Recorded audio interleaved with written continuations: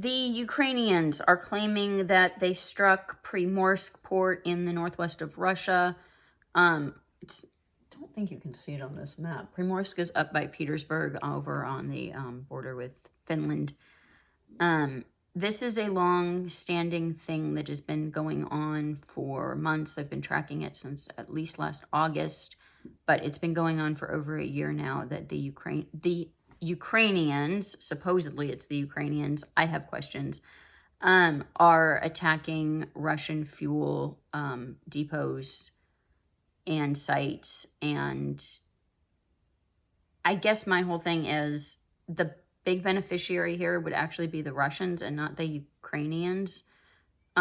So I don't know. It's like the Druzhba thing, the Nord Stream thing. I think we all know kind of who benefits from these things being taken offline. If there's less, if there's less output, then it's going to cost more at the pump or at the whatever, right? So that means gas is going to go up. And so then Russia gets more money because they're actually exporting less. And now there's less from the Gulf and all of that. So just, this is my big kind of question here. I'm not sure. I'm not questioning Ukrainian capabilities, although maybe I am. But anyway, a Ukrainian drone attack damaged fuel reservoirs at the oil export hub of Primorsk in northwestern Russia. The port, which can export more than 1 million barrels of oil per day, caught fire after the attack. Firefighters were battling the blaze at the port while workers were evacuated amid emergency response efforts. The governor said that air defense systems intercepted more than 70 Ukrainian drones in the skies above Leningrad between Sunday and early Monday. Ukraine also attacked the Primorsk port in September, disrupting oil loading. So this is the second time that we know of that it's supposedly been attacked. Industry sources told Reuters on Monday that Primorsk, as well as Ust-Luga, had suspended operations, and Ust-Luga is 50 miles south of Primorsk.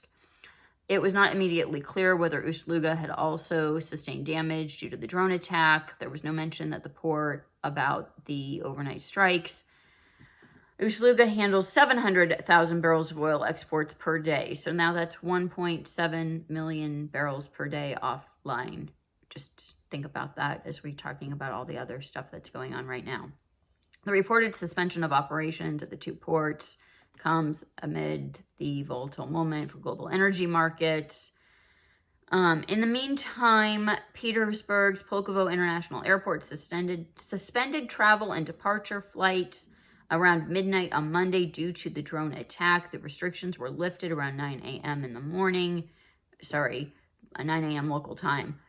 Both Ukraine and Russia regularly launch drone and missile strikes at each other's territory, with officials in Kyiv justifying their attacks as retaliation for Russia's full-scale invasion and ongoing occupation of Ukrainian territory. Ukraine says its primarily targets military and energy infrastructure in an attempt to impede the Kremlin's ability to finance its war. But again, like I said, the issue is that all you're doing is raising the price of the exports.